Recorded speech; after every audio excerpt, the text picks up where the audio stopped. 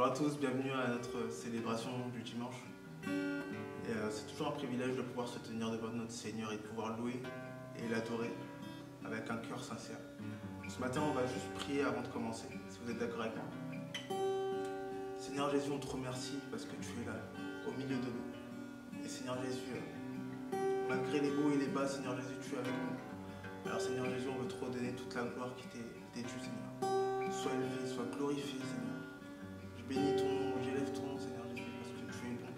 Et ton amour ne faillit jamais, Seigneur Jésus. Merci parce que tu es glorieux, Seigneur. Oui, c'est ce que tu es, Seigneur. Tu es tellement bon, Seigneur. Amen. Oui, c'est ce que tu es. C'est ce que tu es. C'est ce que tu es. C'est ce que tu es. C'est ce que tu es. C'est ce que tu es. C'est ce que tu es.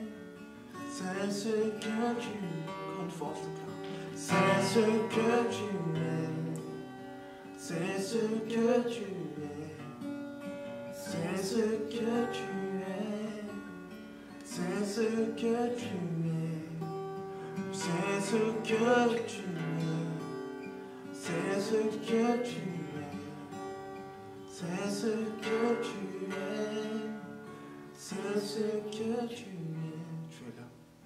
Oui, tu es là. Présent parmi nous. Je t'adore. Je t'adore. Tu es là. Agissant parmi nous.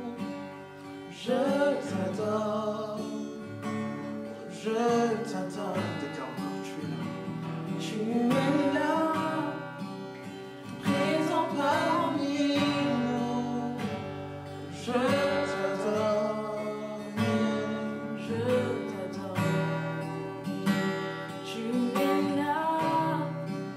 Agissant parmi nous. Je t'adore. Je t'adore. Frère, au Père des miracles, tu tiens tes promesses. Lumière dans les ténèbres, mon Dieu, c'est ce que tu es.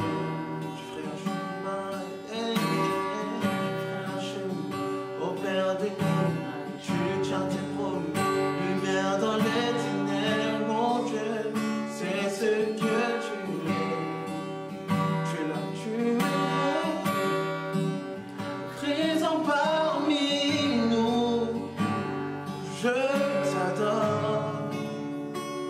Je t'adore. Tu es là, agissant parmi nous. Je t'adore. Je t'adore. Tu fais un chemin au Père des miracles. Tu tiens tes promesses. Lumière dans les ténèbres, mon Dieu. C'est ce que tu es. Déclaré. Tu fais un chemin au Père des miracles. Tu tiens tes promesses. Lumière dans les ténèbres, mon Dieu. C'est ce que tu es. C'est ce que tu es. C'est ce que tu es. C'est ce que tu es. C'est ce que tu es. C'est ce que tu es. C'est ce que tu es. C'est ce que tu es. C'est ce que tu es. C'est ce que tu es. C'est ce que tu es. C'est ce que tu es. C'est ce que tu es. C'est ce que tu es ce matin. C'est ce que tu es. C'est ce que tu es. C'est ce que tu es.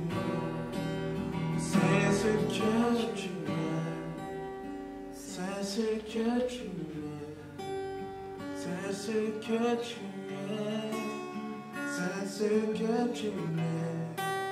C'est ce que tu es. C'est ce que tu es. C'est ce que tu es. C'est ce que tu es. Oh,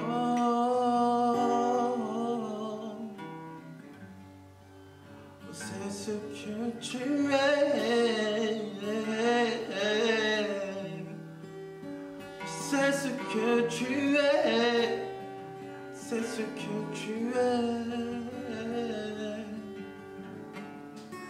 C'est ce que tu es.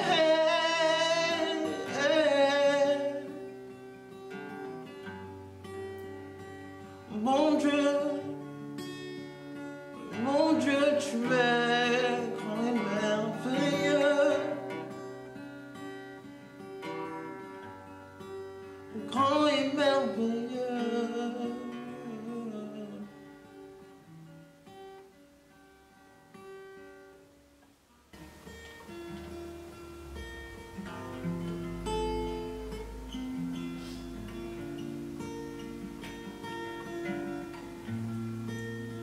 Seigneur, on te remercie parce que tu étais là, Seigneur.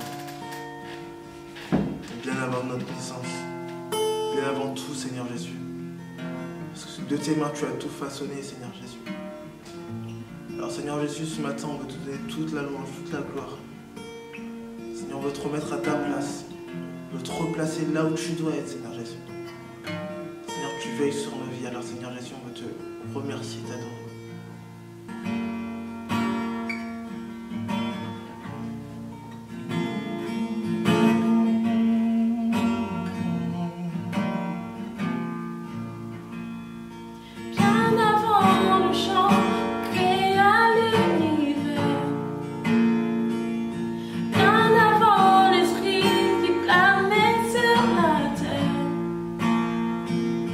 Bien avant que tu me formes de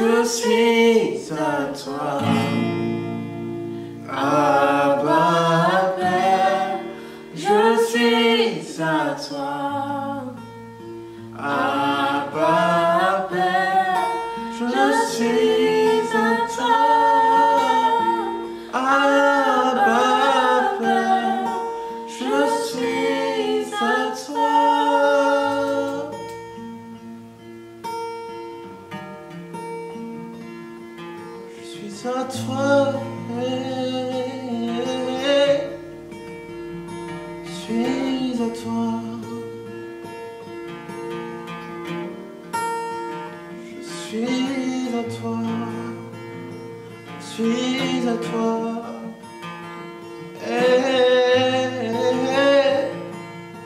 Oh. Bonjour à tous, nous arrivons au moment où nous allons partager ensemble la Sainte Seine.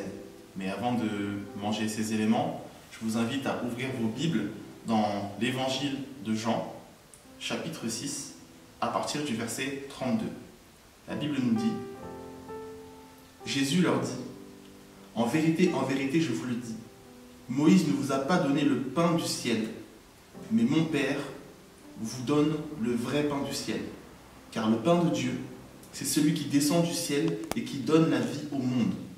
Ils lui dirent, Seigneur, donne-nous toujours de ce pain.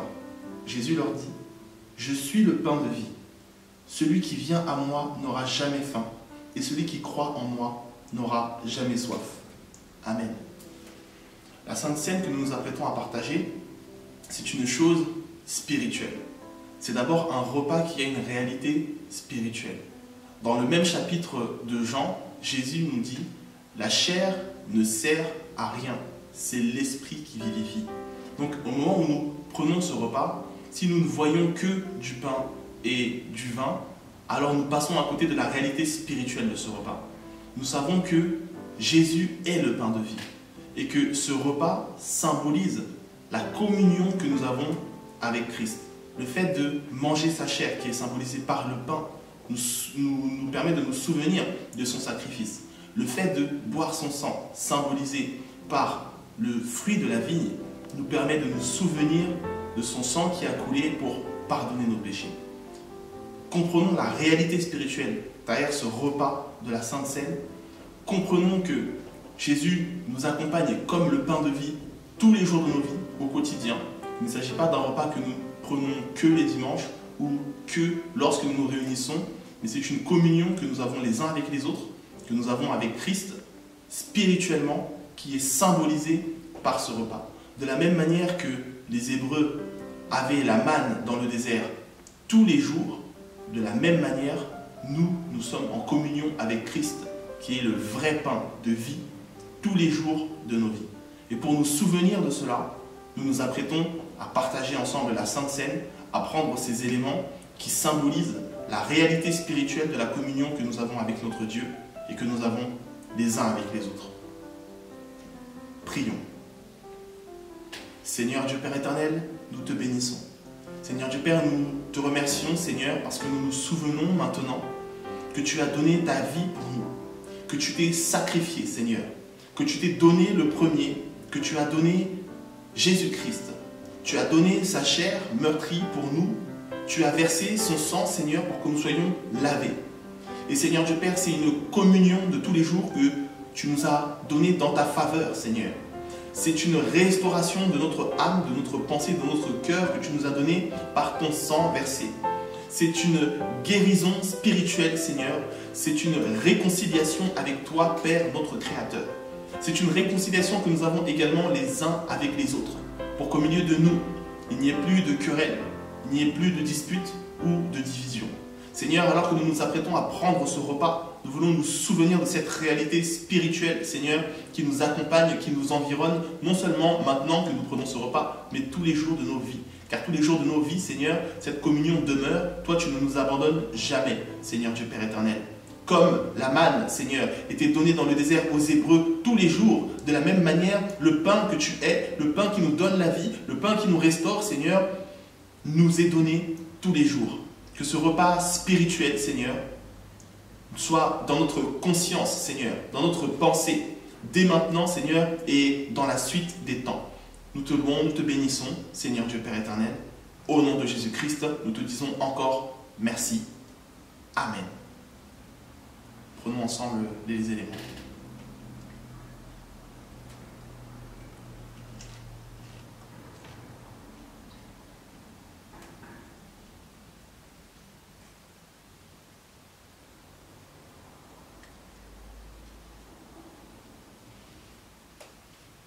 Vous allez maintenant regarder une vidéo pour vous guider dans les dons et offrandes que vous voulez donner librement au Seigneur pour soutenir l'œuvre. Après quoi, nous regarderons ensemble la prédication. Bon dimanche. Bonjour, voici une courte vidéo pour expliquer comment faire un don aux églises Source de Vie.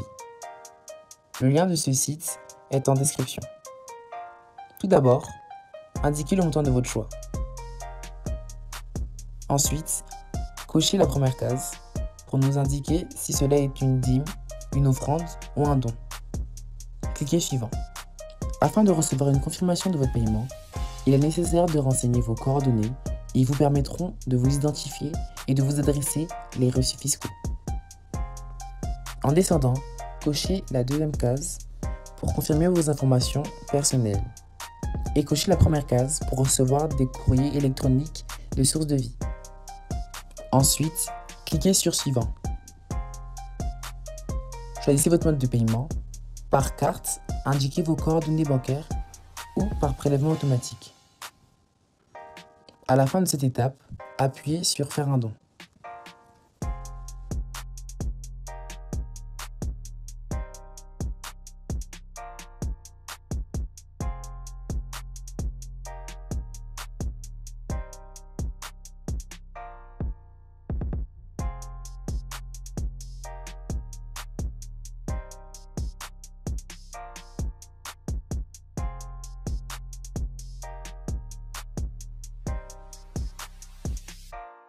Bonjour à tous.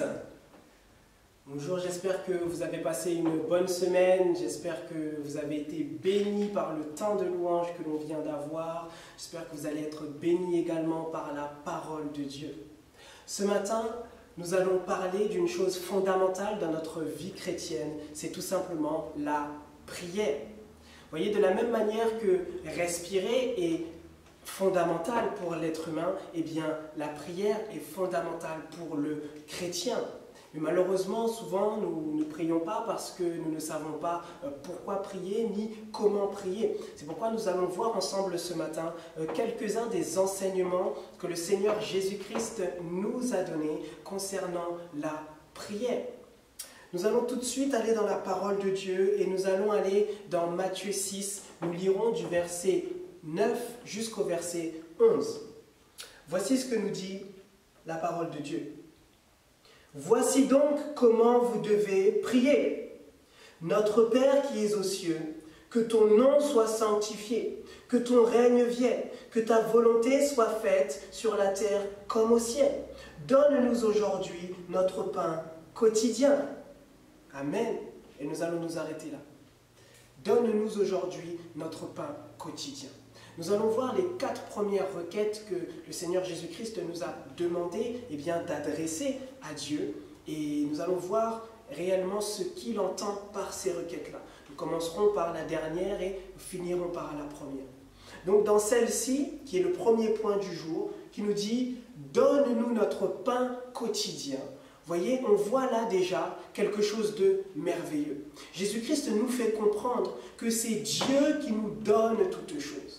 Si nous devons attendre quelconque pain quotidien, eh bien nous devons l'attendre de Dieu. Si nous avons un besoin, eh bien ce n'est pas auprès d'un homme que nous devons l'attendre, mais nous devons attendre ce besoin-là de Dieu. C'est Dieu qui pourvoit à nos besoins.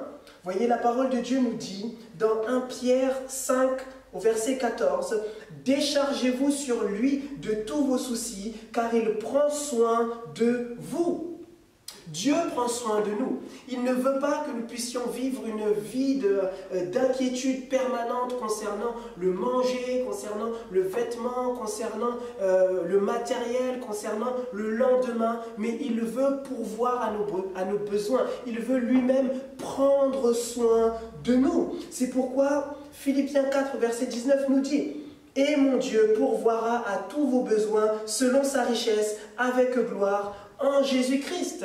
Quelle merveilleuse espérance. Il pourvoira à nos besoins, eh bien, selon sa richesse. Ça veut dire que peu importe la nature de nos besoins, Dieu pourvoira à ce besoin-là. Il réussira à pourvoir à ce besoin. Pourquoi? Parce qu'il le fait selon sa richesse. Mais nous savons que notre Dieu est celui qui possède toutes les richesses. Il est celui qui possède toutes les ressources. Il est celui qui possède toute la puissance. Alors il n'y a rien que nous pouvons lui demander qui soit trop grand, trop difficile ou trop inaccessible pour lui. Donc n'ayons pas peur d'aller vers Dieu pour lui demander les choses. C'est lui-même qui nous le demande.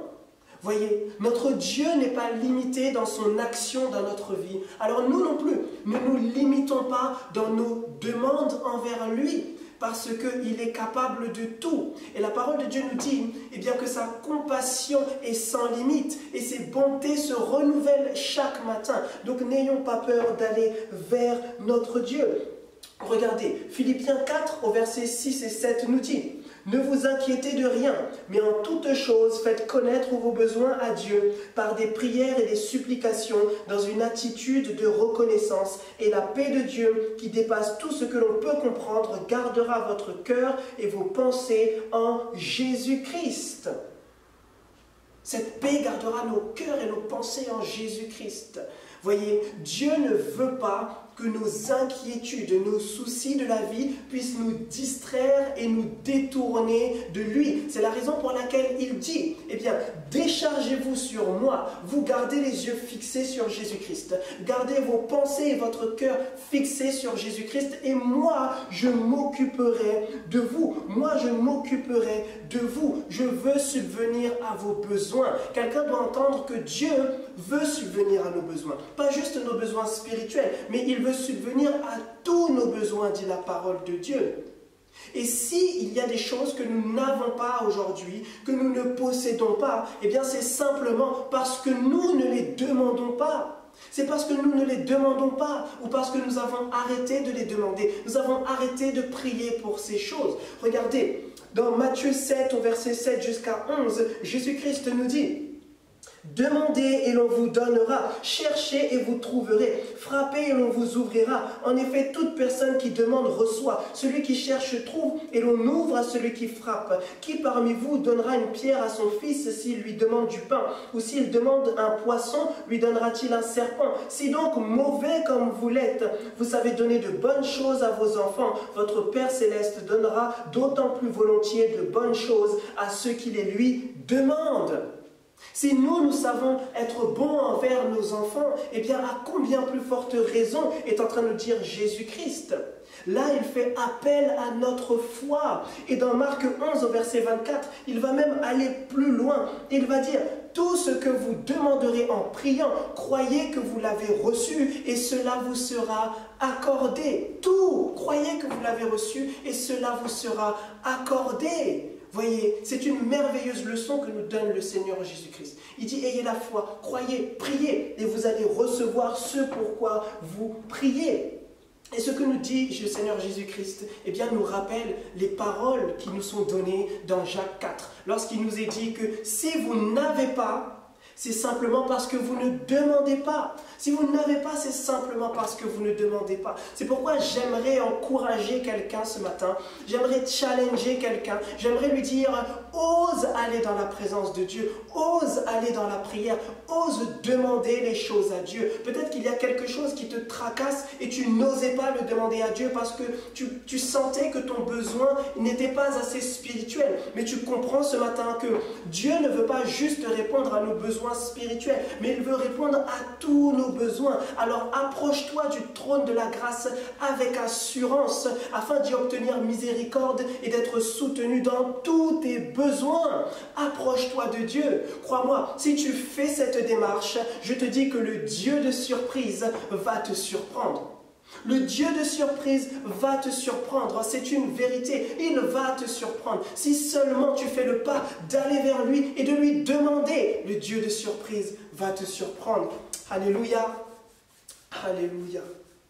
Certainement que pendant que je parle, eh bien, il y a quelqu'un qui se dit: Mais moi, constamment, je vais vers Dieu. Constamment, je demande. Constamment, je prie. Je prie, je demande, je ne fais que ça. Mais je ne vois pas de réponse. Je ne reçois pas de réponse favorable. Comment ça se fait? Pourtant, il suffit de demander pour que l'on puisse recevoir. Et ça m'emmène à mon deuxième point du jour, qui est simplement que ta volonté soit faite. Que ta volonté soit faite. Lorsque Jésus-Christ nous a enseigné comment prier dans Matthieu 6 à partir du verset 9, certes, il va dire, demandez, donne-nous notre pain quotidien. Mais nous ne devons pas oublier que avant de demander notre pain quotidien, Jésus-Christ nous dira d'abord, eh bien, dites que ton règne vienne, que ta volonté soit faite sur la terre comme au ciel. Que ta volonté soit faite sur la terre comme au ciel. Et ça, vous voyez, c'est une des raisons pour laquelle nous n'obtenons pas ce que nous demandons, ce pourquoi nous prions. Que ta volonté soit faite sur la terre comme au ciel. Regardez, allons dans Jacques 4 et nous allons lire le verset 3, qui nous dit, « Vous demandez, mais vous ne recevez pas. Pourquoi ? Parce que vous demandez mal, dans le but de satisfaire vos passions. » Voyez, il y a certaines de nos demandes que nous faisons simplement par convoitise, simplement par envie, simplement par jalousie, simplement par cupidité. Et notre Dieu ne peut pas répondre favorablement à ce genre de prière. Il nous aime, il ne peut pas répondre favorablement à ce genre de prière. Et voyez, le verset 4 va encore plus loin. Il nous est dit, « Adultères que vous êtes, ne savez-vous pas que l'amour du monde est inimitié contre Dieu? Celui donc qui veut être l'ami du monde se rend ennemi de Dieu. » Celui qui veut être l'ami du monde se rend ennemi de Dieu. On ne peut pas aimer le monde et aimer Dieu. On ne peut pas demander les choses qui nous attirent vers le monde et aimer Dieu. Le problème, c'est qu'aujourd'hui, nous utilisons la prière pour demander à Dieu des choses qui ne le glorifient pas. Nous utilisons la prière pour demander à Dieu des choses qui nous éloignent de lui. Nous utilisons la prière pour lui demander des choses qui nous rapprochent du monde. Et Dieu ne peut pas répondre favorablement à ce genre de prière. Simplement parce que Dieu nous aime et il ne peut pas répondre à ce genre de prière. Voyez, parce que la prière n'a jamais eu vocation à satisfaire nos passions. La prière n'a jamais eu vocation à satisfaire nos passions. Mais la prière a depuis toujours eu vocation à faire descendre la volonté de Dieu sur terre. À faire descendre la volonté de Dieu sur terre. C'est ce que Jésus-Christ nous explique. C'est la raison pour laquelle tu dois comprendre que Dieu ne te donnera pas toujours ce que tu veux. Mais il y a une chose qui est sûre, c'est que Dieu te donnera toujours ce dont tu as besoin. Il te donnera toujours ce dont tu as besoin. Parce que lui connaît toutes choses et il sait ce dont tu as besoin. Toi-même, par moments, tu ne sais même pas ce dont tu as réellement besoin pour ta propre vie. Mais Dieu, lui, sait ce dont tu as besoin. Il y a des moments où moi, je pense que telle chose serait bonne pour ma vie, mais ensuite après je pense que telle chose serait bonne pour ma vie et finalement je ne sais plus. Mais dans tout ça, Dieu lui, il sait toujours.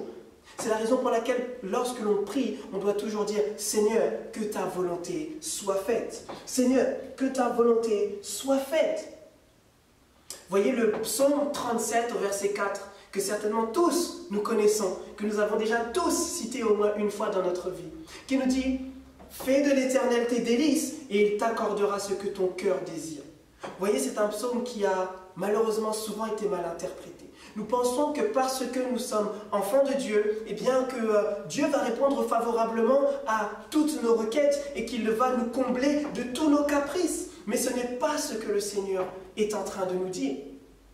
Ce que le Seigneur est en train de nous dire, c'est que si tu fais de l'Éternel tes délices, si tu te plais, si tu trouves ton plaisir vraiment dans le Seigneur, là, petit à petit, Dieu va te changer, il va te transformer, il va transformer ton cœur. Et maintenant, tout ce dont tu aspires, toutes les choses auxquelles tu aspires maintenant, c'est de faire sa volonté. C'est la raison pour laquelle Dieu va t'accorder ce que ton cœur désire. Pourquoi? Parce que ce que ton cœur désire maintenant, c'est simplement de faire sa volonté. Ce que ton cœur désire, c'est de faire sa volonté. Alors Dieu va t'accorder ce que ton cœur désire. Amen. C'est pourquoi la parole de Dieu nous dit, quoi que vous fassiez, faites-le pour la gloire de Dieu. Que vous mangiez, que vous buviez, quoi que vous fassiez, faites-le pour la gloire de Dieu. Faites-le pour la gloire de Dieu. Est-ce que ce matin, est-ce que je peux parler à quelqu'un qui a des ambitions, à quelqu'un qui a des aspirations, à quelqu'un qui a des projets? J'aimerais te dire que, écoute, dans les projets que tu as, dans les ambitions que tu as, dans les aspirations que tu as, eh bien tu dois chercher les intérêts de Dieu. Tu dois chercher les intérêts de Dieu. Si dans les projets que tu as, Dieu n'y trouve aucun intérêt, certainement que ce n'est pas la volonté de Dieu pour ta vie. Si dans tous les projets que tu as, Dieu n'y trouve absolument aucun intérêt, certainement que ce n'est pas sa volonté. Vous voyez, très souvent, nous prions pour que Dieu puisse bénir nos projets, pour que Dieu puisse nous donner sa bénédiction. Mais il faut comprendre, il faut savoir une chose. Dieu ne bénit et n'accorde sa faveur que là où il y a sa volonté. Là où il n'y a pas sa volonté, Dieu ne peut pas bénir. Là où il n'y a pas sa volonté, Dieu ne peut pas accorder sa faveur. C'est pourquoi nous devons chercher les intérêts de Dieu dans tout ce que nous faisons. Regardez Salomon par exemple. Dieu est apparu à Salomon et lui a dit, demande tout ce que tu veux. Demande tout ce que tu veux. Combien d'entre nous rêveraient d'entendre ça de la part de Dieu? Demande tout ce que tu veux. Qu'est-ce que tu demanderais en premier? Des richesses peut-être, un mari peut-être, du travail peut-être. Qu'est-ce que tu demanderais en premier? Mais là, Salomon va avoir une toute autre réaction. Regardez ce qu'il va dire. Il va dire, eh bien, Seigneur, accorde-moi de la sagesse afin que je puisse savoir comment me conduire et afin que je puisse gouverner ton peuple, celui que tu m'as donné, selon ta volonté. Waouh, selon ta volonté. Et Dieu va lui dire, c'est ce qu'il veut dire, il va lui dire, écoute, puisque le seul désir de ton cœur, c'est de faire ma volonté, eh bien, je vais t'accorder le désir de ton cœur. C'est ça, fais de l'Éternel tes délices et il t'accordera ce que ton cœur désire. Puisque ton seul désir, c'est de faire ma volonté, je vais t'accorder ton désir. Et là, Dieu va lui accorder de la sagesse. Il va lui accorder une grande sagesse. Il va lui accorder une sagesse tellement grande qu'il n'a été vu aucun homme aussi sage que Salomon. Mais vous voyez, sa prière qui était centrée sur la volonté de Dieu a tellement plu à Dieu que Dieu lui a donné bien au-delà de ce qu'il avait demandé. Il lui a donné bien au-delà de ce qu'il espérait. Et Dieu lui a donné non pas juste la sagesse, mais il lui a donné la richesse, il lui a donné la gloire, il lui a donné la paix dans son royaume. Dieu lui a tout donné parce que Salomon l'avait mis au centre de sa prière. Peut-être que tu te demandes encore, mais je ne comprends pas, mais quelle est la clé de l'exaucement de nos prières? Écoute, c'est simple. La clé de l'exaucement de nos prières, c'est la volonté de Dieu au centre de nos prières. C'est ça. C'est la volonté de Dieu au centre de nos prières. C'est pourquoi nous avons besoin de nous questionner. Nous avons besoin de nous remettre en question. Nous avons besoin de nous demander, eh bien, pourquoi est-ce que je demande ça? Quelles sont mes motivations? Quel est mon cœur? Est-ce que je cherche mes intérêts ou est-ce que je cherche les intérêts de Dieu? Pourquoi est-ce que je demande ça? Regardez ce que nous dit 1 Jean 5, le verset 14 et 15. C'est une très grande illustration. Nous voyons là que nous avons auprès de lui cette assurance. Si nous demandons quelque chose conformément à sa volonté, il nous écoute. Et si nous savons qu'il nous écoute, quelle que soit notre demande, nous savons que nous possédons ce que nous lui avons demandé. Si nous demandons quelque chose en accord avec sa volonté, nous savons qu'il nous écoute. Et nous savons que nous avons obtenu ce que nous avons demandé. Donc pour obtenir ce que tu demandes, eh bien il faut que ce que tu demandes puisse être conforme à la volonté de Dieu. C'est ça la clé de l'exaucement de nos prières. C'est pourquoi chaque jour, dans nos vies, nous devons chercher la volonté de Dieu. Dans chacun des aspects de notre vie, nous devons chercher la volonté de Dieu continuellement. C'est tellement important que de connaître la volonté de Dieu. Parce que connaître la volonté de Dieu, eh bien, dans sa vie de tous les jours, c'est voir comme Dieu voit, afin de vivre comme Dieu veut. Voir comme Dieu voit afin de vivre comme Dieu veut. C'est important de connaître la volonté de Dieu. Et peut-être que là, tu es dans une situation où, voilà, tu as une requête particulière que tu fais à Dieu et tu ne connais pas forcément sa volonté. Tu aimerais, peut-être que tu la cherches, mais là où tu es, au point où tu en es, tu ne connais pas encore la volonté de Dieu. Mais tu veux quand même prier pour ça. Eh bien, j'aimerais te dire, même si tu ne connais pas la volonté de Dieu, lorsque tu pries, dis simplement, Seigneur, que ta volonté soit faite. Seigneur, que ta volonté soit faite.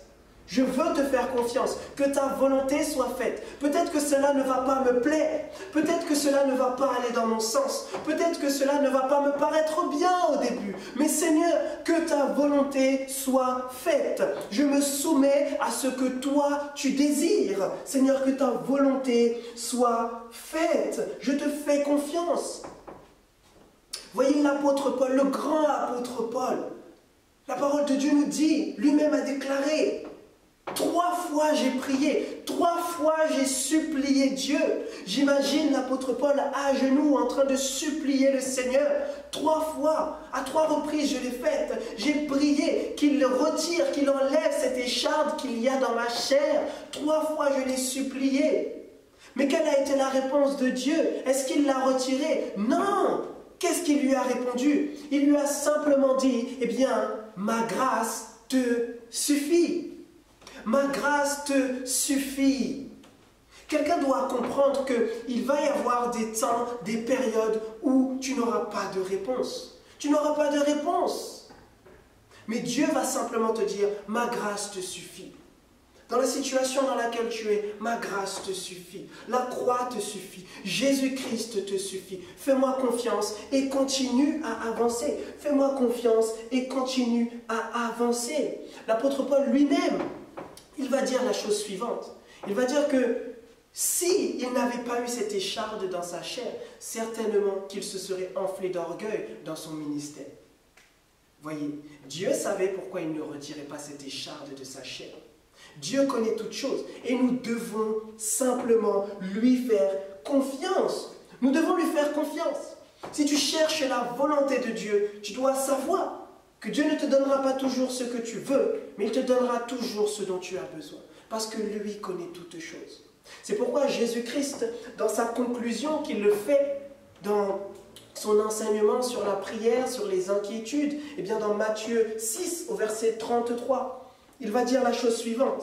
Il va dire, cherchez premièrement le royaume des cieux et sa justice, et tout vous sera donné par-dessus. Cherchez premièrement le royaume des cieux, sa justice, et tout vous sera donné par-dessus. Vous n'avez pas besoin de vous inquiéter. Cherchez le royaume des cieux, et tout vous sera donné, tout vous sera accordé. C'est une promesse qui est vraie et véritable, vous voyez. Dieu était le même hier, aujourd'hui, et le sera éternellement. Il a toujours fonctionné ainsi. David a pu dire, j'étais jeune, j'ai vieilli, mais jamais je n'ai vu le juste abandonné, ni sa postérité mendiant son pain. Jamais. Faisons confiance à Dieu, il sait très bien ce qu'il fait.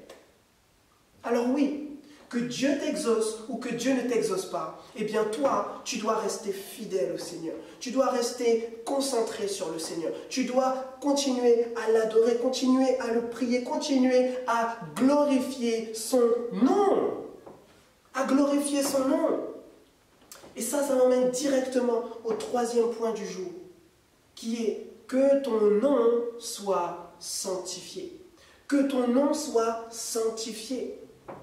Voyez, c'est la 2e chose que Jésus-Christ nous a recommandé de dire lorsque nous prions. C'est que ton nom soit sanctifié.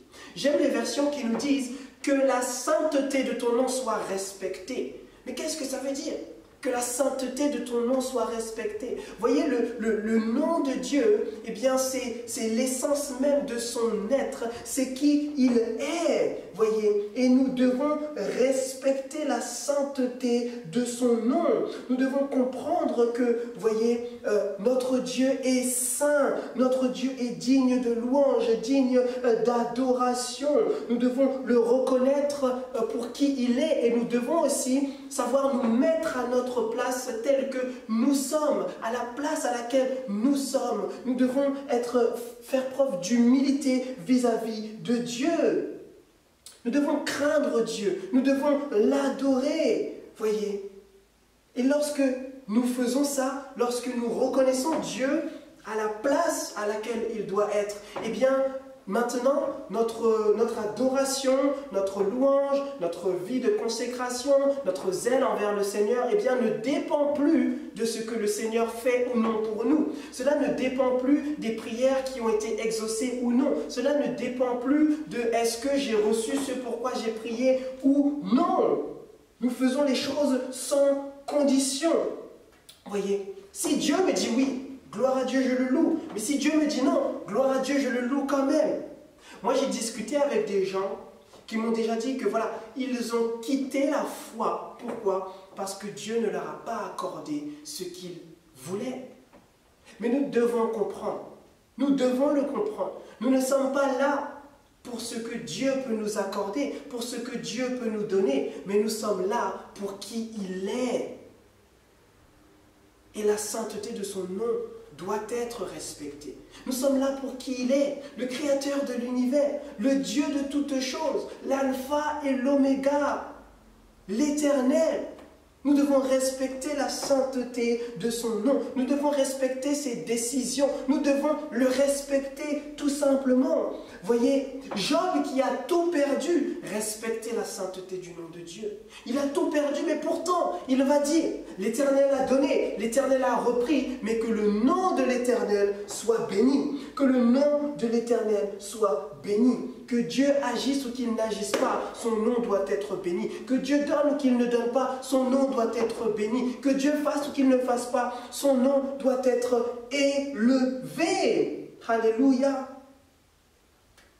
Vous savez, moi j'aime l'histoire de Shadrach, Meshach et Abednego. J'aime leur histoire, je trouve qu'elle est vraiment passionnante. Et vous savez, cette histoire, c'est l'histoire du roi Nebuchadnezzar qui va ériger une statue et qui va dire, eh bien tout le monde maintenant doit se prosterner et doit adorer cette statue. Tout le monde doit le faire.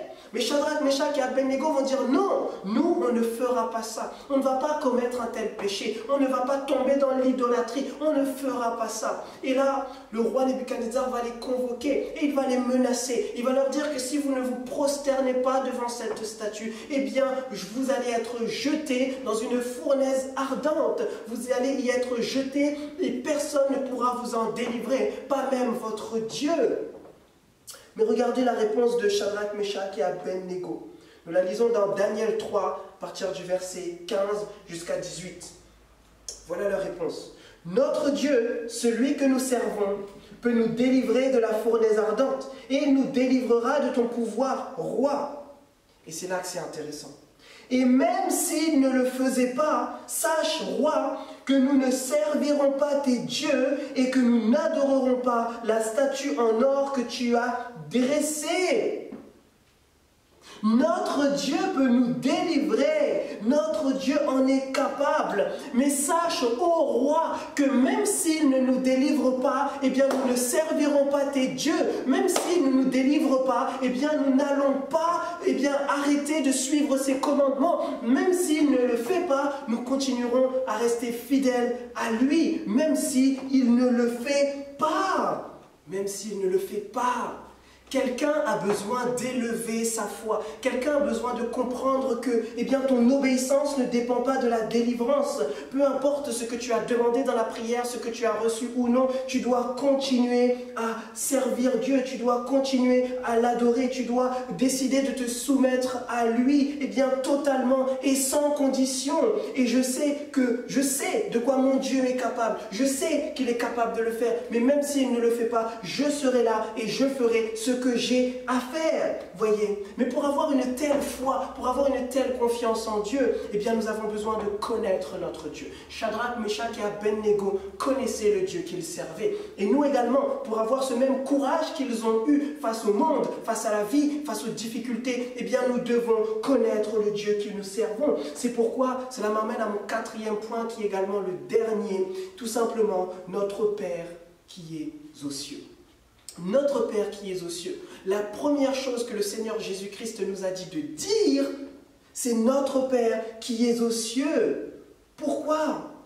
Tout simplement parce que vous voyez, la première vocation de la prière n'est pas juste de demander des choses. Mais la première vocation de la prière, c'est d'être en communion avec Dieu, d'être en communion avec notre Père qui est aux cieux. Voyez, nous devons nous approcher de Dieu simplement parce que nous voulons le connaître plus, simplement parce que nous avons soif de sa présence, simplement parce que nous voulons connaître son cœur, nous voulons connaître sa volonté, tout simplement. La parole de Dieu déclare que nous avons reçu un esprit d'adoption par lequel nous crions Abba Père. Nous ne sommes plus étrangers au royaume des cieux parce qu'il s'est approché de nous. Maintenant, nous sommes dans la maison et dans cette maison, nous sommes appelés à communier avec le Père et le Fils. Jésus-Christ lui-même dira, eh bien, il veut être en nous comme le Père est en lui, afin que nous soyons un, comme lui et le Père sont un. Voyez, nous avons besoin de communion avec Dieu. Nous avons besoin de communier avec Dieu. 1 Jean 4 au verset 17 nous dira que tel il est, eh bien tel nous sommes. Tel il est, tel nous sommes. Nous avons besoin de communier avec notre Dieu pour le connaître, pour savoir qui il est. Pourquoi pensez-vous que le Seigneur Jésus-Christ passait énormément de temps dans la prière? Ce n'était pas simplement pour soumettre ses besoins, mais c'était pour communier avec le Père. Et si le Seigneur Jésus-Christ, qui est notre modèle, le faisait, eh bien nous devons le faire également. Le Seigneur Jésus-Christ apportait ses besoins, il apportait ses requêtes. Lorsqu'il était auprès de Lazare, il a dit « Père, moi je sais que tu m'exauces toujours. » Ensuite, il a dit « Lazare, sort !» Mais il y a des temps où il était devant le Père simplement pour la communion. Alors nous devons chercher la communion avec Dieu. Nous devons nous approcher de lui simplement pour l'adorer. Nous devons nous approcher de lui simplement pour le connaître plus, simplement pour cultiver sa présence dans nos vies. Et je vais conclure là-dessus. Vous savez, je vais conclure en disant la chose suivante. Oui, bien sûr, dans nos prières, nous devons demander les choses dont nous avons besoin, conformément à la volonté de Dieu. C'est ce que Jésus-Christ lui-même nous a demandé. Il nous a dit, demandez et vous recevrez. Mais nous devons comprendre que dans toutes les demandes que nous faisons, là où n'est pas la volonté de Dieu, il n'y aura pas non plus la main de Dieu, la réponse de Dieu. Donc ne limitons plus nos prières à simplement une succession de demandes qui parfois ne glorifient même pas son nom. Mais sachons que lorsque nous nous approchons de Dieu, son désir est que nous puissions apprendre à le connaître tel qu'il est, dans sa grandeur, dans sa sainteté, tel qu'il s'est révélé à nous en tant que Père aimant, et que nous puissions être en communion avec lui. Parce que la vie éternelle, Jésus-Christ nous a dit, c'est que nous puissions connaître le Père et le connaître. Et la vie éternelle, ce n'est pas une destination, mais la vie éternelle, c'est une réalité qui a déjà commencé. Alors dans nos prières, entrons dans cette vie éternelle et communion avec le Père. Amen. Prions mes frères et sœurs. Père éternel, merci parce que tu es bon. Merci parce que tu es le Dieu qui pourvoit à nos besoins. Merci Seigneur parce que tu souhaites pourvoir à l'intégralité de nos besoins. Tu souhaites Seigneur mon Dieu nous remplir Seigneur Dieu de toutes ces choses Seigneur mon Dieu qui nous empêchent d'être concentrés, focus Seigneur sur toi. Et je bénis ton saint nom pour ça. Père éternel, je te prie afin que tu nous donnes également Seigneur mon Dieu de nous approcher de toi. Non pas juste pour nos besoins, mais Seigneur Dieu avec l'envie, le désir de te connaître plus. Seigneur mon Dieu, de savoir savoir qui tu es, de connaître ton cœur, de connaître ta volonté. Père éternel, merci Seigneur mon Dieu, parce que tu mets en nous le vouloir et le faire. Seigneur mon Dieu, je crois que ce n'est pas, Seigneur Dieu, par nos propres forces que nous allons réussir à prier comme, Seigneur, tu l'entends, mais c'est par ton Saint-Esprit, parce que c'est lui qui, Seigneur Dieu, nous apprend à prier, Seigneur mon Dieu, par des soupirs qui sont inexprimables. Alors, Seigneur Dieu, remplis-nous de ton esprit, que ton nom soit glorifié. Amen. Que le Seigneur vous bénisse. Bon dimanche. À ton nom, les monts s'abaissent à ta voix. La terre se calme, tu parles. La terre obéit, Jésus, ce nom si merveilleux. À ton nom, les monts s'abaissent à ta voix. La terre se calme, tu parles. La terre obéit, Jésus, ce nom si merveilleux. À ton nom,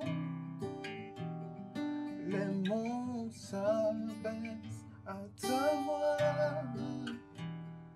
La terre se calme, tu parles. La mer obéit, Jésus, ce nom si merveilleux. Sauveur, divin créateur sous tes ailes.